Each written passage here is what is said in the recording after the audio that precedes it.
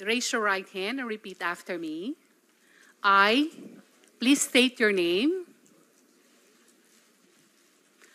do solemnly swear that I will tell the truth, the whole truth, and nothing but the truth to this committee.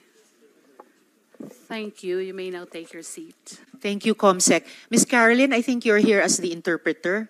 Could you kindly translate to the resource persons what they have sworn to, so that they know what their obligation is to this committee?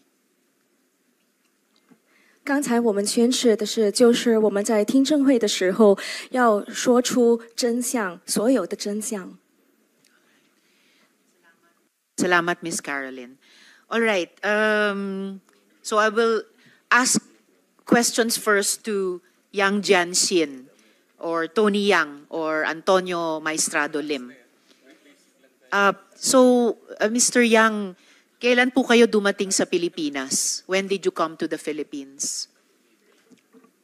请问杨先生，您什么时候过来菲律宾？我大概是在1998还是1999年。That was around 1998 or 1999.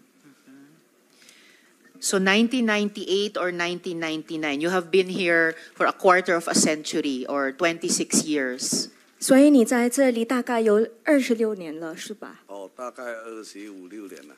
Yes, that's correct. Around 25 to 26 years. Hanggang ngayon, hindi pa kayo marunong mag-Pilipino? 你到现在还不会说菲律宾语吗？大家樂Bisaya咪kunti-kunti ganyan.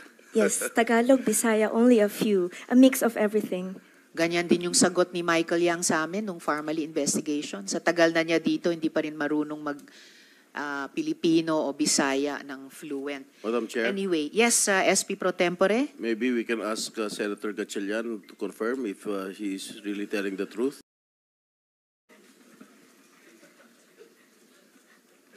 We'll let the interpreter do her job, Mr. President. I agree, Senator Sherwin. Thank you, Senator Sherwin and SP President Pro Tempore. So, Mr. Tony Yang, you confirm that you are a Chinese national? Kinukumpirma nyo na Chino ang nationality nyo? Your mic, please, Ms. Carolyn. 您确认你是中国籍吗？我确認。 Yes, I confirm. You confirm.